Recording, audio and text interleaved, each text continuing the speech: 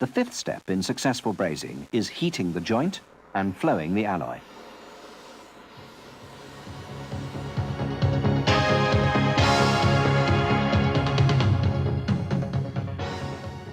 After the parts have been fluxed, they have to be held in position during the brazing process.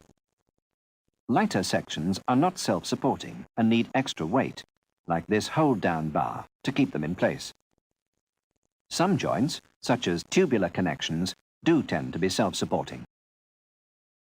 Heavy, flat sections will be held in place by gravity alone. The most common heating method utilizes a handheld brazing torch burning a mixture of either natural gas and air or oxygen and acetylene. The oxyacetylene flame is more intense and is the more widely used of the two. To demonstrate heating technique, this brass rod will be brazed to a steel plate. First, both parts are fluxed and then assembled.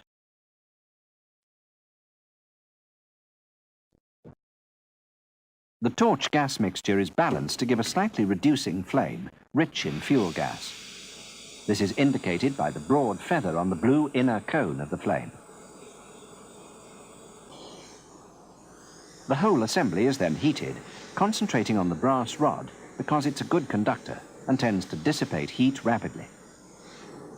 As the assembly nears brazing temperature, extra heat is applied to the underside of the plate.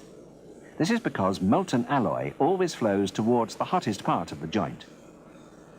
This technique helps to ensure that the alloy flows towards the base of the brass rod, completely filling the joint area. Once the flux is clear and flowing over the joint area like water, Silver Flow 55 brazing alloy is fed into the joint line.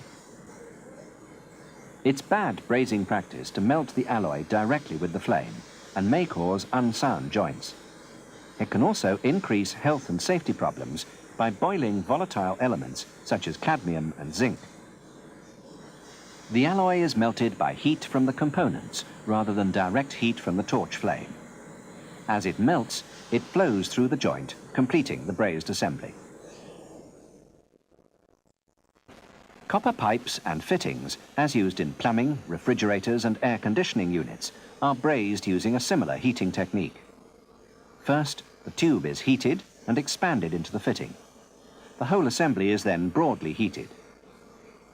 As the components near brazing temperature, the fitting is given extra heat to encourage the brazing alloy to flow into that part of the joint area. In this demonstration, Silphos 5 is being used. As this filler metal contains phosphorus and both components are made of copper, flux is not needed. The alloy flows freely around the joint and penetrates the entire joint area. In this case, a vertical down joint was brazed, and it can be seen how the alloy flows and distributes itself throughout the joint area. Pipe joints may also be brazed in the vertical up and the horizontal positions. In each case, the alloy flows evenly throughout the joint area.